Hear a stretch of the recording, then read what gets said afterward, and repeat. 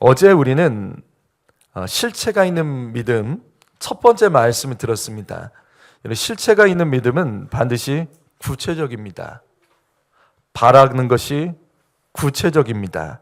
그 믿음이 실체가 있는 믿음, 응답받은 믿음, 열매가 있는 실체가 있는 믿음입니다. 그래서 여기 1절 말씀 보시면 믿음은 바라는 것입니다. 여러분, 믿음은 바라는 것이 분명하게 있어야 되는 거예요. 바라는 것들이 결국은 그 믿음으로 실상이 되게 만들어집니다. 자, 그렇다면 우리는 이런 질문을 해야 돼요. 왜 믿음은 구체적으로 바라는 것이 있어야 될까요? 왜 믿음이 바라는 것이 있어야 되는 것일까요? 왜 그렇죠? 믿음과 바라는 것이 무슨 상관이 있습니까? 우리의 믿음은 실체가 있다고요. 그러려면 구체적으로 바라는 것이 있어야 됩니다. 왜일까요? 여러분, 믿음을 영혼 구원을 위해서만 사용하는 것으로 이해하시면 안 됩니다. 우리의 믿음은 이 땅 가운데서 하나님께서 일하시는, 그리고 하나님의 뜻을 이루어가는 통로가 되는 겁니다. 하나님은 우리의 믿음을 통해서 일하시는 거예요. 어떤 믿음? 구체적인 믿음. 구체적으로 바라는 것. 성도 여러분, 결국 우리가 바라는 것은 주님의 뜻을 바라야 됩니다. 그것을 구체적으로 바라는 믿음으로 살아갈 때 하나님은 그 믿음 있는 사람을 통해서 이 땅 가운데 일하시는 거예요. 다시요, 우리의 믿음은 단순히 구원받는 데 사용하지 마십시오. 예수 믿으면 구원받습니다. 그러나 우리는 그 믿음을 가지고 이 땅을 살아가야 됩니다. 오직 의인은 믿음으로 말미암아 살리라. 우리가 믿음으로 살아가야 되는 이유는 무엇이냐면 하나님께 쓰임받기 위해서예요. 하나님이 우리를 쓰시기 위해서입니다. 그래서 어제 말씀 기억하십니까? 야고보서 4장 2절에서 3절 말씀,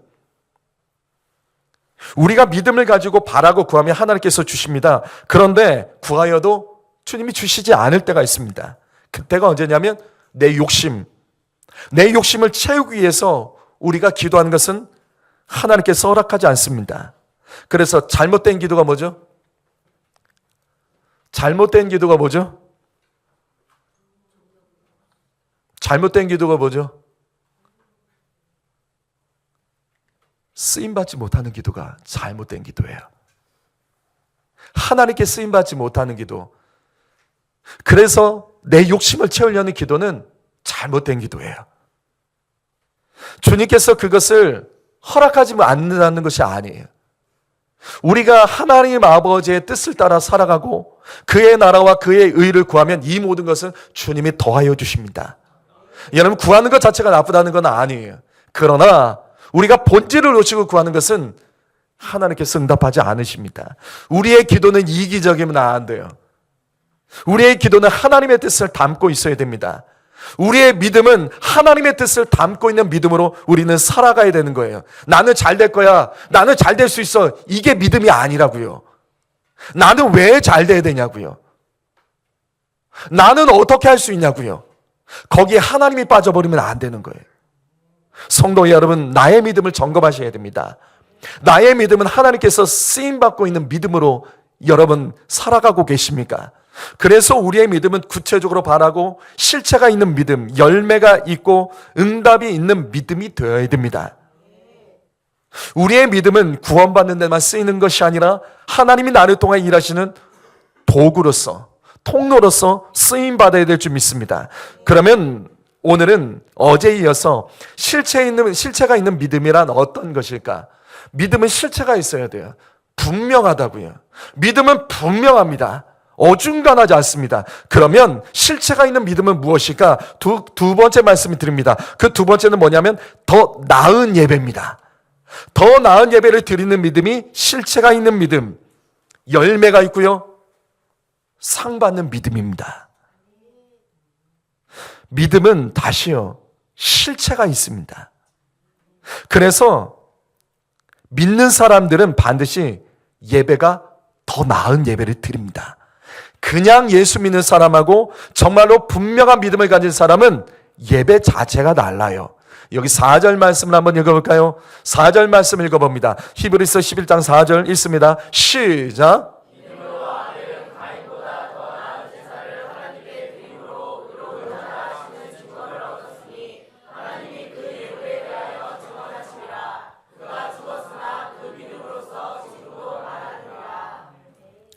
오늘 말씀 히브리서 11장은 믿음은 바라는 것들의 실상과 보이지 않는 것의 증거라는 사실들을 모델들을 한 명 한 명 소개하며 기록되어 있는 말씀입니다. 그런데 그 가장 첫 번째로 소개되는 사람이 바로 4절 말씀의 아벨입니다. 믿음의 모델, 실체가 있는 믿음의 모델, 첫 번째로 소개한 사람이 아벨이에요. 그리고 성경은 아벨을 이렇게 소개합니다. 가인보다 더 나은 제사를 드린 의로운 사람. 아벨은 한마디로 더 나은 제사를 드린 사람입니다. 무슨 말이냐면 가인도 예배를 했습니다. 가인이 예배를 안 한 것은 아니에요. 그런데 가인보다 더 나은 제사를 드렸다. 이 말씀은 창세기 3장에서 왜 하나님께서는 가인의 제사는 받으셨고 가인의 제사는 받지 않고 아벨의 제사만 받아주셨는지 그 해답을 말씀하고 있습니다. 왜 하나님께서 아벨의 제사만 받아주셨죠? 왜 하나님이 아벨의 제사만 받아주셨죠? 왜 가인도 제사인데 왜 하나님께서는 아벨의 제사만 받아주셨을까? 왜죠? 이것은 신약시대 성도들도 동일하게 궁금해하며 질문했던 내용이에요. 신약시대 성도들도 이것을 우리와 똑같이 질문했었습니다. 왜 하나님은 아벨의 제사만 받아주셨을까? 이것이 오늘 말씀에도 기록되어 있습니다. 그것은 바로 아벨이 가인보다 더 나은 예물을 드렸기 때문입니다. 더 나은 예물을 드렸기 때문이라고 이것에 대해서 하나님께서 증언하심이라고 성경은 말씀합니다. 여러분, 예배는 드리는 겁니다. 더 나은 예배는 더 드리는 겁니다. 하나님께서는 주시는 분이세요. 그런데 우리가 하나님께 유일하게 드릴 수 있는 시간이 바로 예배입니다. 기도를 드리고 찬양을 드리고 몸과 마음을 드리고 물질을 드리는 시간이 예배입니다. 예배는 드리는 시간이에요.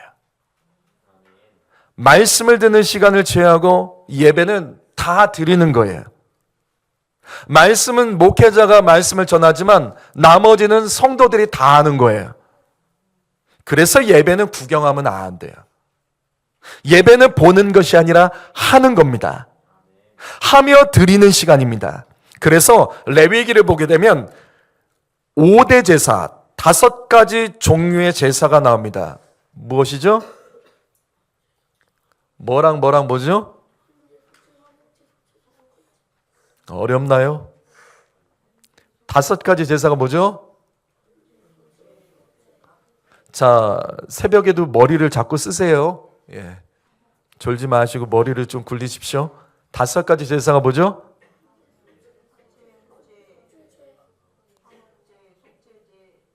네. 예, 맞습니다. 번제, 소제, 속건제, 속죄제, 화목제입니다. 이 5가지 제사의 공통점이 뭐죠? 이 5가지 제사의 공통점이 뭐죠? 이 모든 제사는 다 제물을 드립니다. 빈손의 예배는 하나도 없습니다. 그 중에서 제일 특이한 제사가 화목제죠. 화목제는 다른 제사와 달리 큰 것만 드려야 돼요. 화목제는 큰 것만 드려야 돼요. 왜 큰 것만 드려야 되죠? 나눠 먹어야 되기 때문에 세를 드리지 않습니다. 반드시 큰 것만 드려야 돼요. 화목하려면 돈을 더 써야 됩니다. 화목하려면 내 거를 더 나눠줘야 됩니다. 그러니까 화목제가 특기예요. 그리고 이 성경에는 5가지 이 제사 말고 5가지 방식의 제사가 또 있어요. 뭘까요? 레위기에는 5가지 종류의 제사 말고 5가지 방식의 제사가 나옵니다. 뭐가 있을까요? 뭐죠?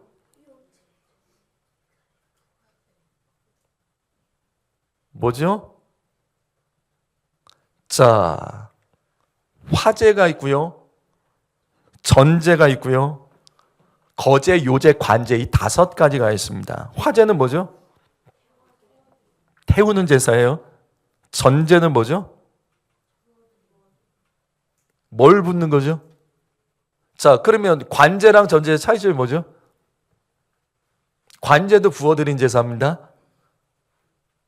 전제는 뭘 부어드리는 거죠? 포도주를 붓는 것이 전제고 관제는 기름을 붓는 것을 관제라고 합니다. 거제는 뭐죠? 거제는 뭘죠? 재물을 들어 올리는 것, 들거자죠. 요제는요? 요동하는 것처럼 흔들어 드리는 제사를 요제라고 합니다. 이 5가지 방식의 제사의 공통점이 또 뭐죠? 화제, 전제, 거제, 요제, 관제 이건 다 재물에 대한 제사입니다. 재물을 어떤 방식으로 하나님께 드리는 것에 대한 제사예요. 이처럼 제사는 다 드리는 제사입니다. 제사의 기본은 드리는 거예요. 예배의 기본은 드리는 겁니다. 여러분 오늘 새벽 예배를 위해서 무엇을 드리며 예배하고 계십니까? 성도 여러분, 예수 믿는 사람은 달라기만 하면 안 돼요. 드리며 예배하셔야 됩니다. 그렇다면 아벨이 드렸던 예물은 무엇일까? 아벨이 드렸던 가인보다 더 나은 이 예물은 무엇일까? 왜 성경은 믿음의 사람을 소개하면서 굳이 아벨의 제사를 실체가 있는 믿음으로 가장 먼저 소개했을까? 창세기 4장 2절과 3절 말씀 먼저 보시게 되면 아벨은 양을 치는 사람이고 가인은 농부였습니다. 세월이 지난 후에 가인은 땅의 소산으로 제물을 삼아 여호와께 드렸습니다. 그러니까 곡식을 드린 겁니다. 분명히 가인도 예배를 드렸습니다. 하나님께 드리며 예배했습니다. 그런데 아벨은 이렇게 예배했습니다. 4장 4절과 5절 말씀 읽어보죠. 읽어봅니다. 시작.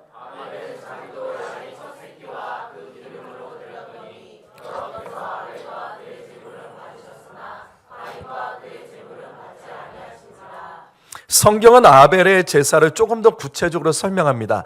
양의 첫 새끼와 기름을 드렸다. 성경은 하나님께서 아벨과 그의 제물을 받으셨습니다. 그런데 가인과 그 제물을 받지 않으셨습니다. 왜일까? 아까 앞에서 말씀드렸죠? 가인, 아벨이 가인보다 더 나은 예물을 드렸습니다. 그래서 이 말씀 보시면 하나님께서는 아벨과 그의 제물을 받으셨다. 그런데 가인에 대해서 뭐라고 하냐? 가인과 그의 제물을 받지 않았다라고 기록되어 있습니다. 가인을 받지 않은 게 아니라 제물을 받지 않았다는 거예요. 아벨을 받았다는 것이 아니라 아벨이 드린 제물을 받았다라고 성경은 구체적으로 말씀하십니다. 그렇다면 우리는 다시 질문해야 되죠. 왜 아벨의 제물을 받아주셨을까요? 왜 하나님께서는 가인의 제물이 아닌 아벨의 제물을 받아주셨을까요? 왜죠? 왜죠? 가인은 채식이고 아벨은 육식이라서? 하나님은 피를 좋아하셔서?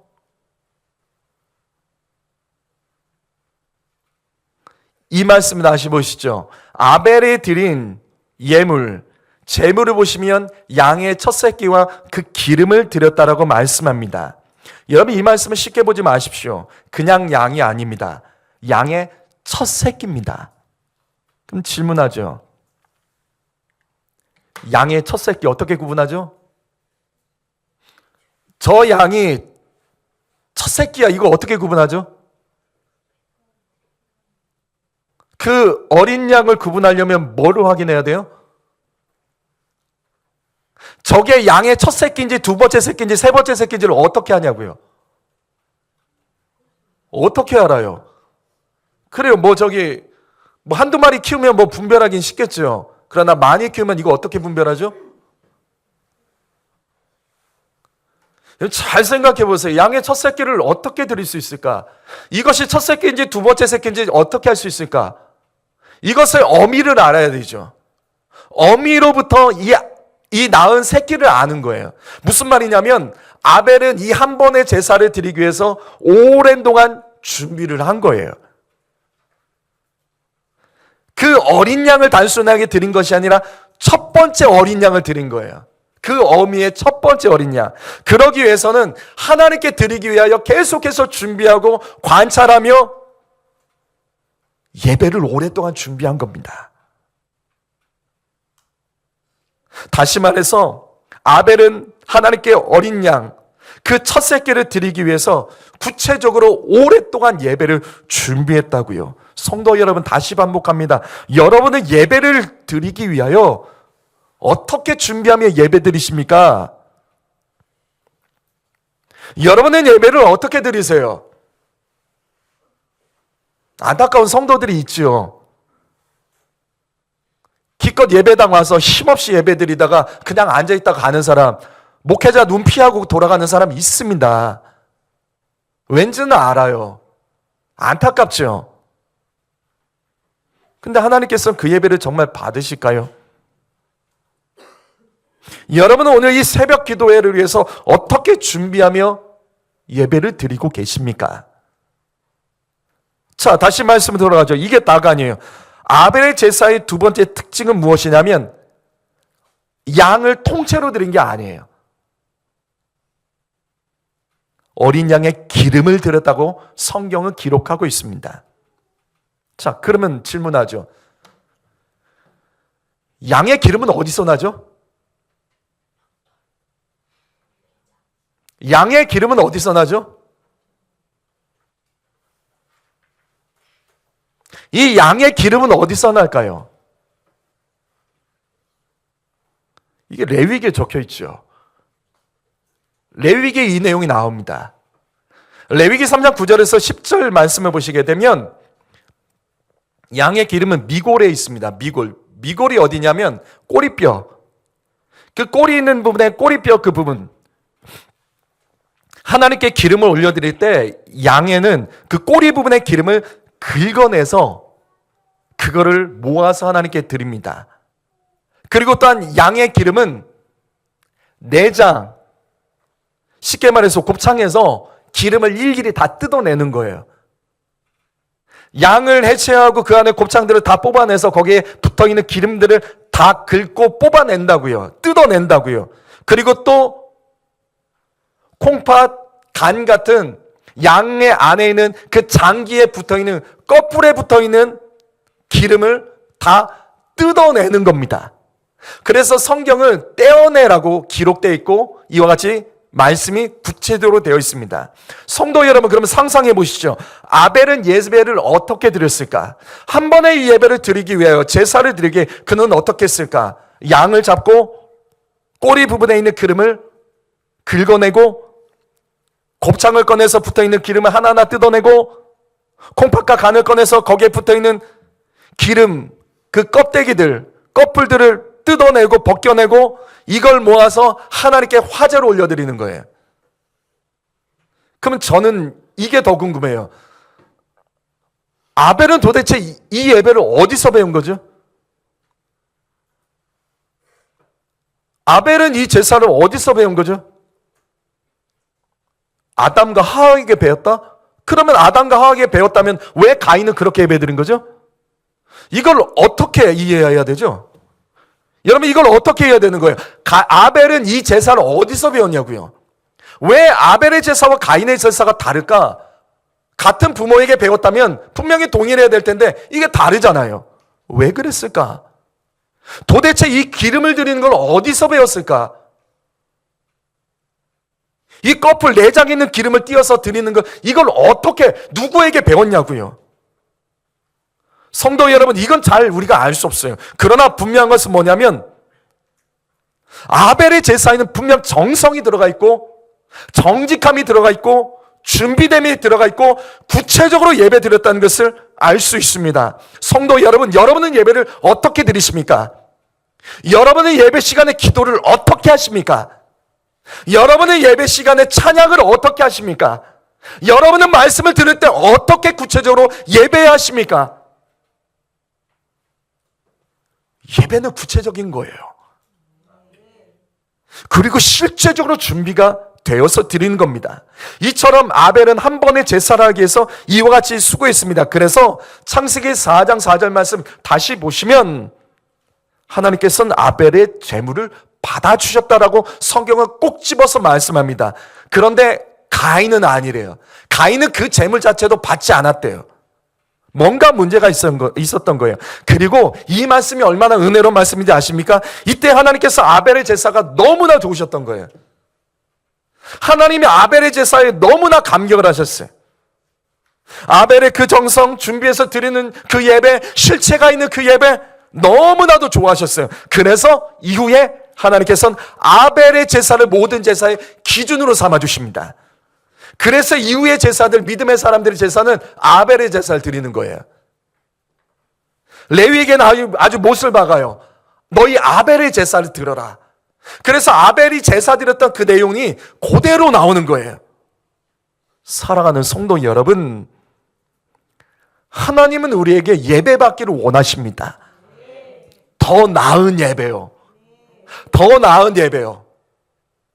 저는 여러분 중에 이런 사람이 있었으면 좋겠어요. 언젠가 우리가 신앙생활 하다가 이런 사람이 떠올랐으면 좋겠어요. 아, 그때 누가 있었지? 아, 그 사람은 예배를 참 잘 드렸어. 그 사람은 예배가 참 준비돼서 드렸어. 그 사람의 예배는 좀 특별했어. 그 사람의 예배는 더 나은 예배를 드렸어. 우리 그런 사람이 되면 안 될까요? 이런 사람은 되지 말자고. 그 사람 예배 참 대충 드려. 그 사람 예배 참 대충 드려. 어떻게 예배 그렇게 드리지?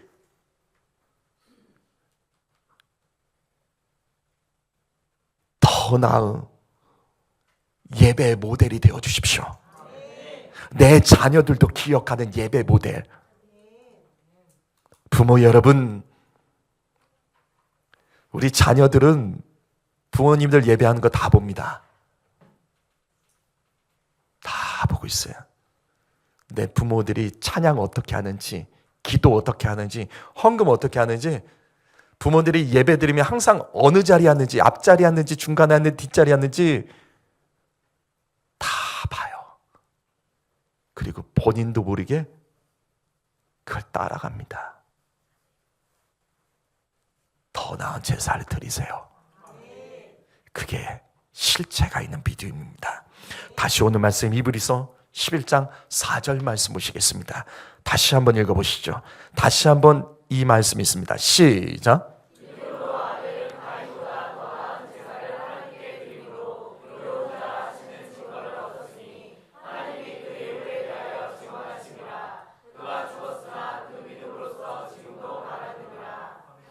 그가 죽었으나 그 믿음으로 지금도 말을 한다. 제사로 증명되는 거예요. 더 나은 제사, 더 나은 예물로 그는 죽었으나 그것을 성경은 믿음이라고 표현하고 그것이 지금까지도 말하여진다. 사람들로부터 기억되어진다라고 말씀하고 있습니다. 다시요. 우리는 예배를 어떻게 드리고 있습니까? 예배의 주인이 혹시 내가 되어 있지는 않습니까? 내 기분대로, 내 마음대로, 내 상황과 형편대로 졸리면 졸고 기도하기 싫으면 안 하고 앞에서 아무리 찬양 인도를 해도 하지 않는 사람들이 있고 앞에서 인도자가 아무리 기도 인도를 해도 따라하지 않고 말씀 읽지도 않고 같이 소리내서 읽지도 않고 여러분 예배를 어떻게 드리고 계십니까? 하나님은 어떻게 평가하실까요? 여러분의 예물을 어떻게 드리십니까? 아벨처럼 예물을 드리십니까? 감사하지도 않은데 사람들에게 보이려고 감사금 드린 분은 없었으면 좋겠어요. 진짜 감사하는 마음으로 드리세요. 11조가 아닌 것을 가지고 11조라고 드리는 거짓말한 자는 없었으면 좋겠어요. 그게 아나니아 삽비라죠. 뭡니까? 11조가 아니면 20분의 1조라고 차라리 써서 드리시던지 30분의 1조라고 써서 드리시던지 괜찮다고요. 상관없습니다. 믿음대로 하는 거죠. 차라리 정직한 게 나은 거예요. 하나님께서는 우리에게 더 나은 제사를 요구하고 계십니다. 아벨처럼 더 나은 예물을 드리며 예배하기를 원합니다. 이것이 바로 실체가 있는 믿음입니다. 하나님을 믿는다면서도 우리는 예배 자체가 실체가 없는 예배를 드리는 사람들이 있다고요. 그래서 제가 이 앞에서 예배 똑바로 드려야 된다고 그렇게 외쳐도 짜증내는 분들이 계세요. 진짜 짜증내는 분이 계세요. 화내는 분도 계세요. 그것 때문에 상처받는 분도 계세요. 그러거나 말거나. 목회자가 예배를 가르치지 않으면 누가 가르칩니까? 목회자가 앞에서 예배 우리 똑바로 드리자. 한 번의 예배라도 똑바로 드리자. 이거 말해야 되는 거 아니에요? 부모라도 말해야 되는 것 아닙니까? 하나님은 정직한 자에게 정직한 복을 주십니다. 근데 우리가 예배가 무너지고 어떤 것이 좋아지길 원하십니까? 예배는 기본이라고요. 그래서 믿음의 모델의 첫 번째가 예배입니다. 드리는 예배. 어떻게 준비해서 드리는 예배. 그것을 첫 번째로 소개하며 이것이 실체적인 믿음, 구체적 믿음이라고 성경은 말씀합니다. 다시요. 히브리서 11장 1절 말씀. 믿음은 바라는 것들의 실상입니다. 성도 여러분, 더 나은 예배를 드리기를 바라셔야 됩니다. 나는 더 나은 예배를 드리기를 원한다. 바라는 믿음으로 예수 믿으셔야 됩니다. 나는 더 나은 예물을 드리기로 구체적으로 실제 있는 믿음으로 예배하셔야 됩니다. 그러면 실체 있는 복, 실체가 되는 복을 하나님께서 반드시 허락하시죠. 11에서 11장 6절 말씀 읽겠습니다. 다 같이 읽어보시죠. 읽습니다. 시작.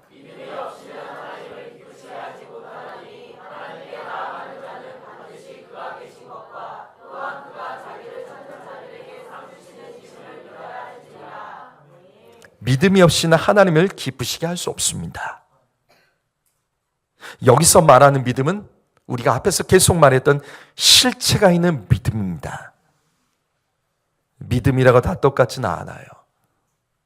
막연한 믿음은 안 됩니다. 내 기준의 믿음이 되면 안 됩니다.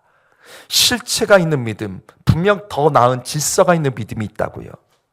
더 나은 믿음, 더 구체적인 믿음이 분명 있다고요. 그것이 하나님을 기쁘시게 합니다. 사랑하는 성도 여러분, 더 나은 믿음으로 주님을 찾아 상 받는 인생이 되시기를 예수님의 이름으로 축복합니다. 우리는 앞으로도 예배를 계속 드릴 겁니다. 교회는 매일같이 예배가 있습니다. 이것은 우리에게 복을 받을 수 있는 기회라고요. 그러나 한 번의 예배를 드릴지라도, 내가 사정이 있어서 한 번의 예배밖에 못 드린다 할지라도 그 예배를 드릴 때 전심으로 더 나은 예배를 드리려고 몸부림쳐야 되는 것이지, 그냥 그렇게 예배 드리고 또 예배 드리면 우리의 예배는 어느 날 관성으로 예배 드리다가 바리새인과 서기관처럼 예배 드리고 주님을 대적하는 인생으로 살다가 끝나버릴 수도 있습니다.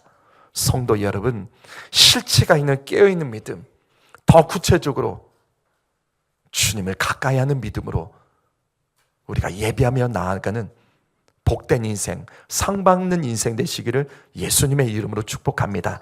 이 시간 다 같이 두 눈을 감으시죠.